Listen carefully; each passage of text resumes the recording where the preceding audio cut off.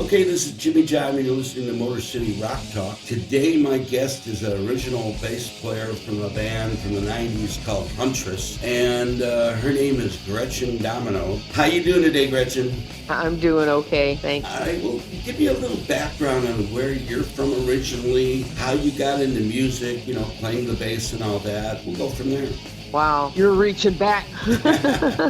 Hold on. Well, originally I'm from Texas. Oh. Yeah, and my dad, was recruited for a job up here in Michigan, so we moved up here. I don't know, just always, been in the music industry, always liked music. Listening to records and all that other stuff like everyone did. And, then I just evolved into singing. Actually, was my first thing to do was sing. Cool. Yeah, but during the band, who they didn't have a bass player, and I'm like, oh man, I don't want to play bass. But, I don't know, one day I was taking the trash out and I found this skeleton of a bass. Really? It was just, no guts or anything, just the body. What, Said, maybe this is a sign. Yeah, that was in Lansing, Michigan. I think I took it as a sign. I guess so. I took it as a sign. I took it, I think I went and took like 6 months of lessons, and I was like, I can do this by ear, Yeah. After that, I just, been in a lot of bands, formed a band called Fraulein back in 81, 82. Wow.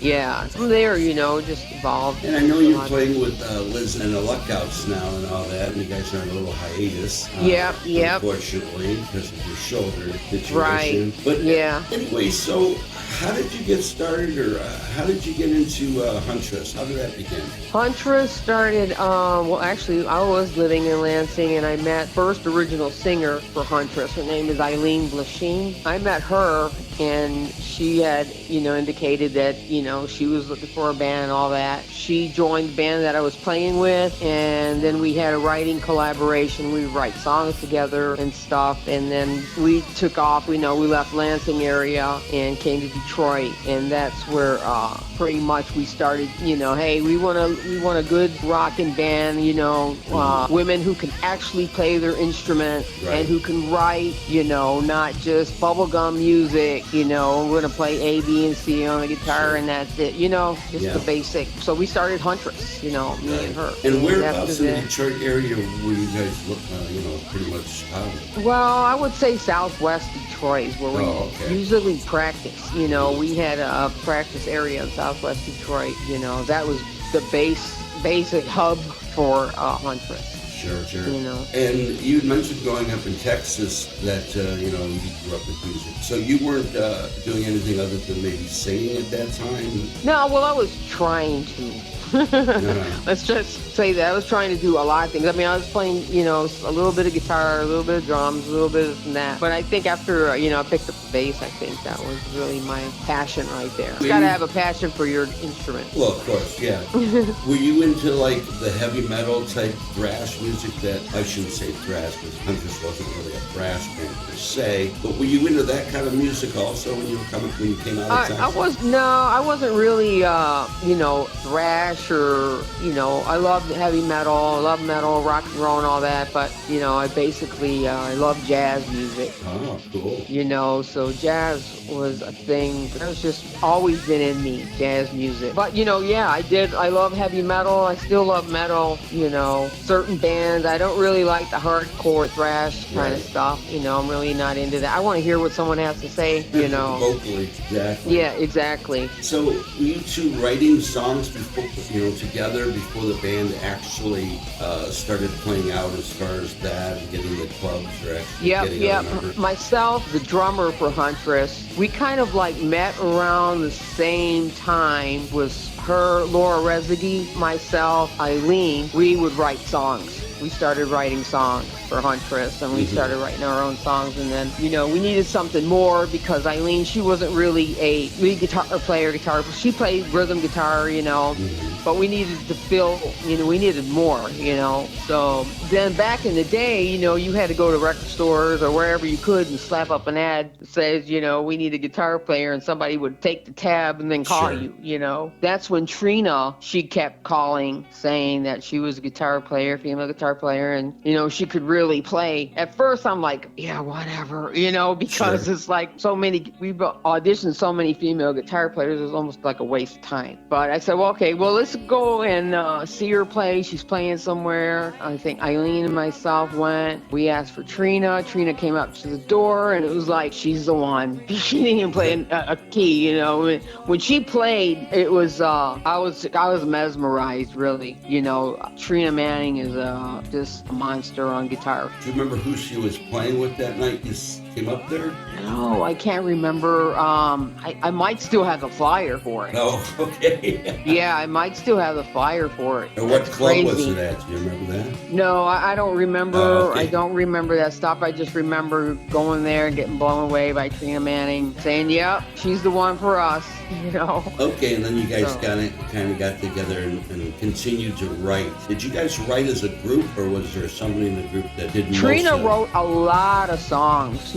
She wrote most of the music, I would say. Mhm. Lyrically, I think that was, a collaboration. Sure. Musically, Trina did a lot of the music, some of the newer Huntress songs. Right. But like the older Huntress songs was consist of myself and Eileen and Laura Rezegi. So were you guys out playing as Huntress before, Trina? Yep, we sure were. Okay. Looking for a band, looking for Sure. a guitar player. It's like, let's get out there and get some exposure, and maybe somebody will see us and say, hey, I want to join your band, And how did that go once you got Trina in the band? In other words, did it open up more doors for you as far as some of the clubs having someone at her level being the lead guitarist, so to speak? Definitely did.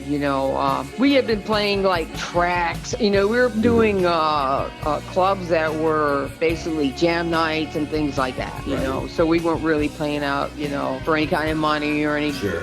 But once we started writing with Trina, then a lot of doors started opening, when she joined. Now, in those days, in my experience anyway, to get into some of the clubs, especially if you were starting out that way and trying to develop your sound, you had to provide like a demo tape. Did you guys do any kind of recording at that time, even in the basement, to provide that? Yeah, I think we have, I definitely have music from back then, and, cassettes. Right, sure. Demos, things like that. A lot of the music that was recorded and stuff I had put on my YouTube page, Mhm. Gretchen's Fun Shop. There's a lot of, concerts and things like that of, Huntress Yeah. and all the music and things like that. Yeah, I saw quite a bit of videos. Where was most of like the video type stuff, or was the videos more or less stuff from shows that you just turned into? Yeah, from stuff from shows, and we had, back in the early Huntress days with, we had a cable, we went on a cable show a few times, and, there are some things that I don't have, but there are, because I used to record every practice. Mm-hmm. So it's like I got a lot of material, Oh, so that you I you did record your rehearsals then? Yeah, I recorded every rehearsal. Do you still have that material? Yeah, I do. I have a lot of material. Is that up on your site also, or is that No, stuff you... no. I mean, as much stuff as I had being in music, trying to upload things, it takes a lot of time. Yeah. And I've been working on getting more material out there as well. And I will, but like I said, it takes a lot of time. Sure, I could totally understand that. Mm. And again, what were some of the clubs that, you mentioned tracks. What were some of the other clubs, like the Token Lounge, Studio Lounge, those places? And Ritz? Token Lounge, Studio Lounge, Harpo's. Harpo's was like our stomping grounds. What was that,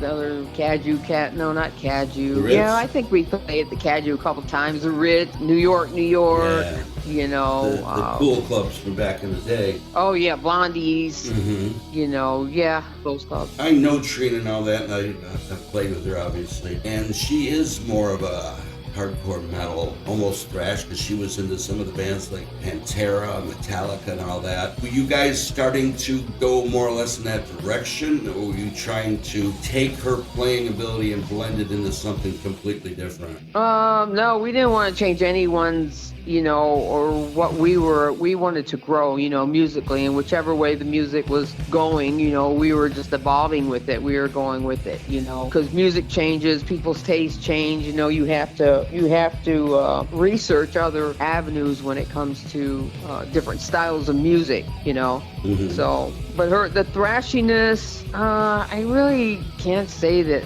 Huntress was a thrash band at all. I don't think we had No, a not lot really of thrash like songs. Metallica or Megadeth. Metallica and Pantera, love them. Yeah. And love the music, love their music, and if that's the way we're going, cool. Right. Would I'm have just been saying, happy with she it. was quite the shredder. Everything I'd seen from her and heard of her, quite a shredder. I'm just wondering if that was the direction the band originally intended to go. Because I know in those days, women in rock, it was, I don't want to say a novelty, but it was kind of fresh and different. But so You're right, much you're of it, right. Mm-hmm. So much of it was just almost like, bubblegum, other than like Joan Jett, some of that stuff with the Runaways. Well, like the Bangles and the Yeah, Go-Go's yeah, and stuff. yeah.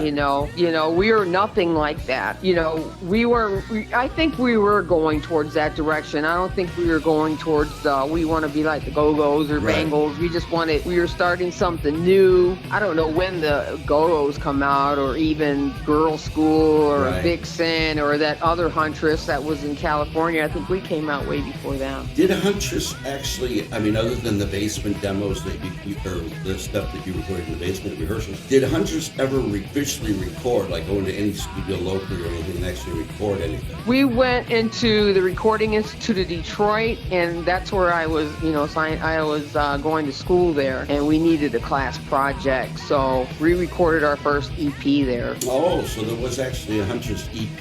Now, did Yeah. that ever come out at all or sold at the shows? No, none of that. We have, the cassette, and I don't know who's got the master. I think Nina James has the master. Now, who was She's Nina James? the lead. Nina James was our lead singer for Huntress. Oh, Because, okay. Eileen left the band, I think in 1990. I think it was 1990 or something. I don't know. But anyway, Nina James, she joined our band. We had auditions. She joined the band, and she was our, Do you singer. remember if the original vocalist left for musical differences or any specific reason, or just wasn't her cup of tea? I think there were musical differences. I'm thinking that it's hard for me to remember why Right. she left. It could have been personal reasons. I don't know. I can't really answer that question.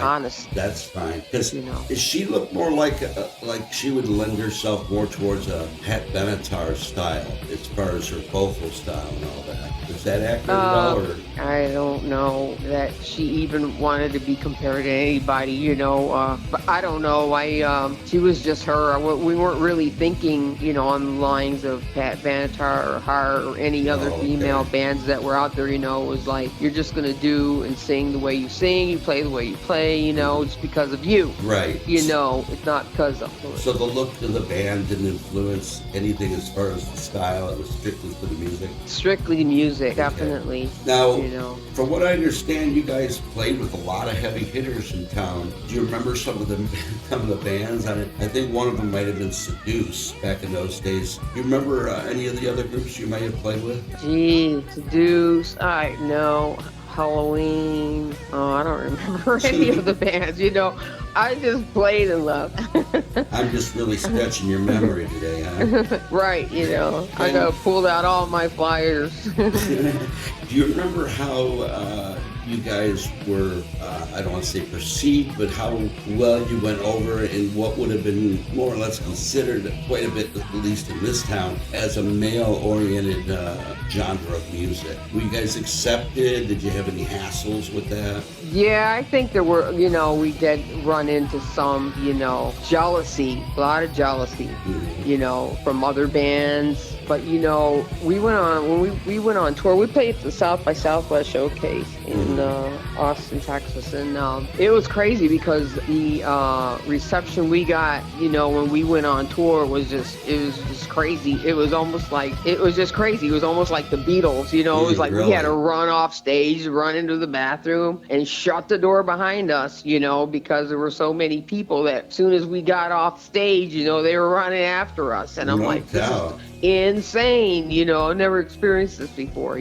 We knew that we, could do something. Now, were a lot of your fans at that time male-oriented, or were there women that were really starting to get in the band and appreciate what you were doing? Well, we had definitely had a lot of male fans, Right. but we did have some female, fans that really liked the music, accepting everything about our band, so. That's cool. Yeah, I knew you had gone on tour down to the Texas area and some of those. Where else did you tour as far as the United States? Well, Texas, let's see, where else did we go? Louisiana. LA at all? Did we take California? a lot of places? A lot of places. Were you out in California, any of that area? You know what? That tour was set up for us when we came back from the South by Southwest. Mm-hmm. And we had a tour set up for us for Mexico and California. But that obviously didn't go. No, it didn't happen. No, it didn't happen. Were you guys at any time on these tours or whatever, were you actually under official management, or were you doing it yourself, or who was running the band? we did have a manager. I really didn't know too much about the guy. Mm-hmm. But Nina James she was kind of like doing the business talk of things and speaking to, our manager and stuff like that. Right. And she would be the person to talk to, Okay. So she handled most of the booking with your... Yeah. Trina had her foot in that too, but mostly I think Nina did. So she took care of the the bookings and Right. things like that. Did you guys at any time, were you ever approached as far as to get signed by any of the labels that were handling it? Yeah, a few times, and that's why we had that Mexico, California tour set up. Who were And some of the labels? Do you remember? Epic Records and Virgin Records. Oh, wow. Yeah. That's some major stuff. What happened with that? Yeah, it just is. That's an interview for another time. Oh. it didn't happen. It was just bad. Was there starting to be some inner turmoil, or you just... Yeah, there was definitely some things going on, and a lot of things I never knew about until I talked to everyone separately in the band, because I still talk to everyone in the band. Even Trina? And I still play with Laura. I've talked to Trina a couple times, because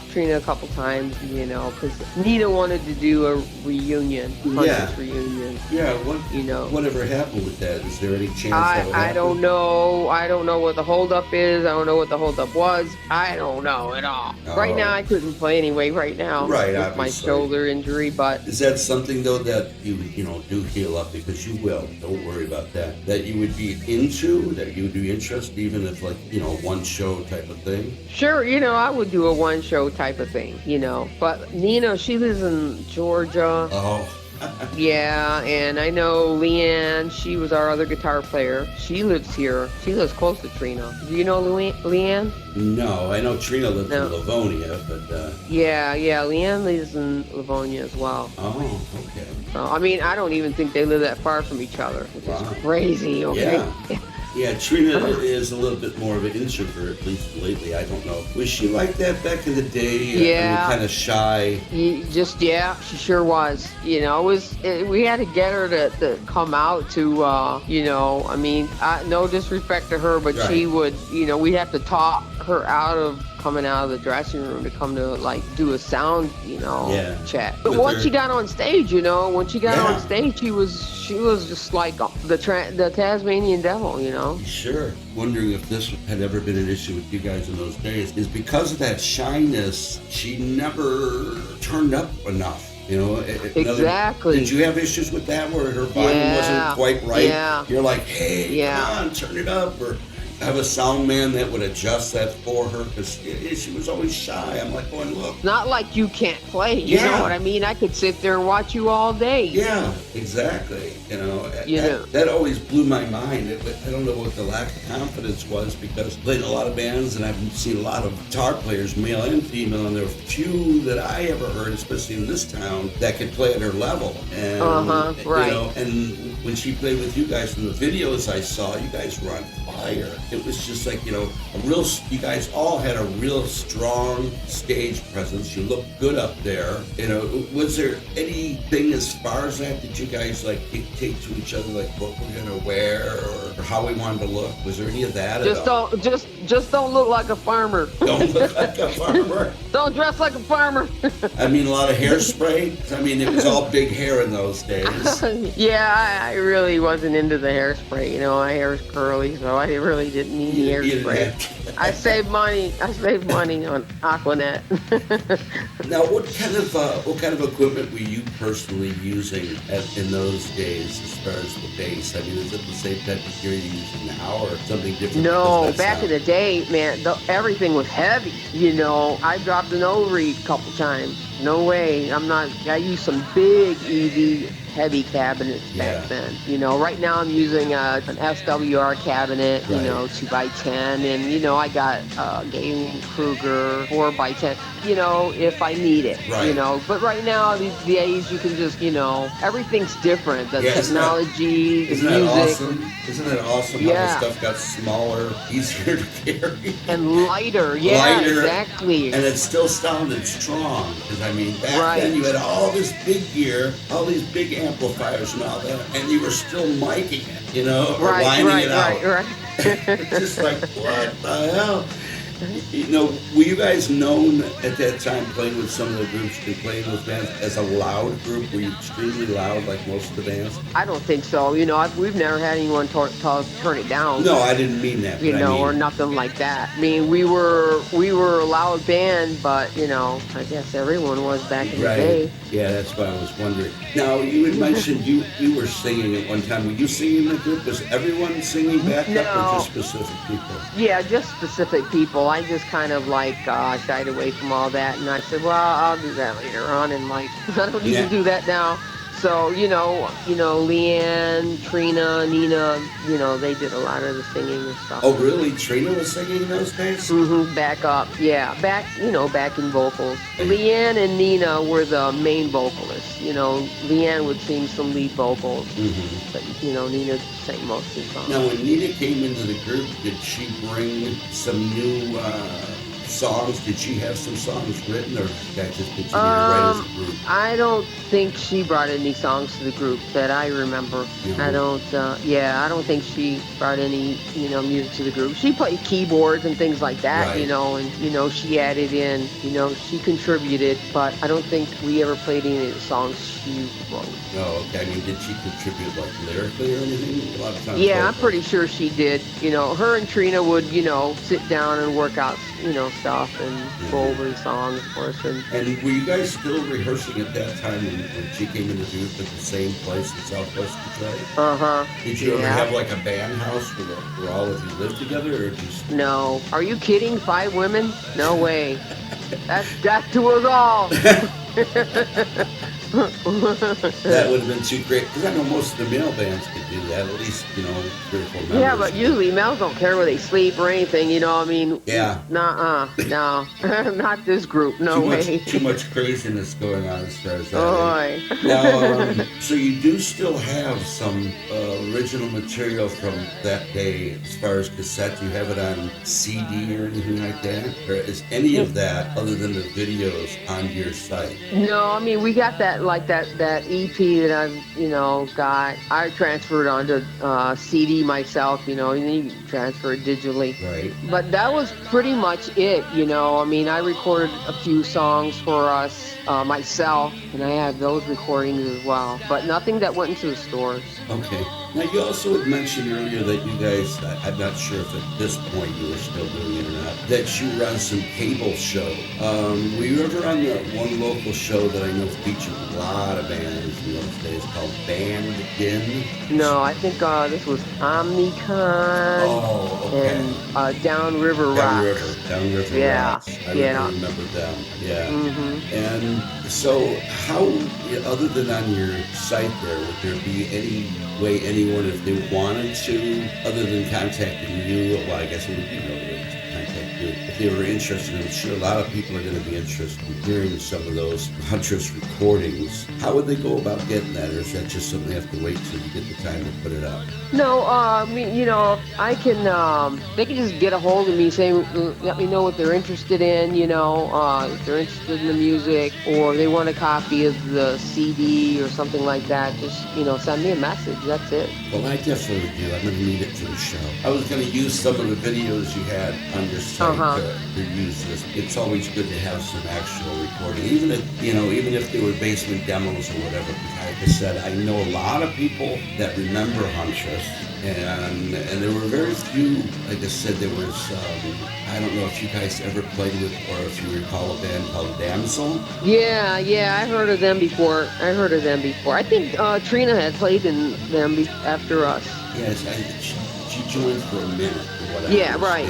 Yeah. And that was about it. And of course, there was, even before then, there was Madam X, but that wasn't. Right, I played with the drummer from that band. Oh, wow. Yeah, okay. unless it was another Madam X. But anyway, there was a bunch of female bands coming up at the time, and then once we were out there on the scene, definitely a lot more female bands came out. Well, nothing at the level that you guys were at. I know that because Bonnie and the Working Girls, there were a few other ones that I recall, but nothing that got the attention and the notoriety that you guys did, as far as I recall. Well, just like you said, try to remember because it was so far back. Well, I'm not going to take up any more of your time and all that. I just wanted to get together with you a little bit and go over the Huntress years and all that. I would like to, like I said, in somewhere or another, recording of anything as far as audio from Huntress. I can send you something. Okay. For sure. Definitely. Well, thank you so much for being on the show. I'm going to end it here by saying I want to thank Gretchen for being here with me. She's the bass player for Detroit's legendary Huntress. And this is Jimmy Jive saying, keep rocking.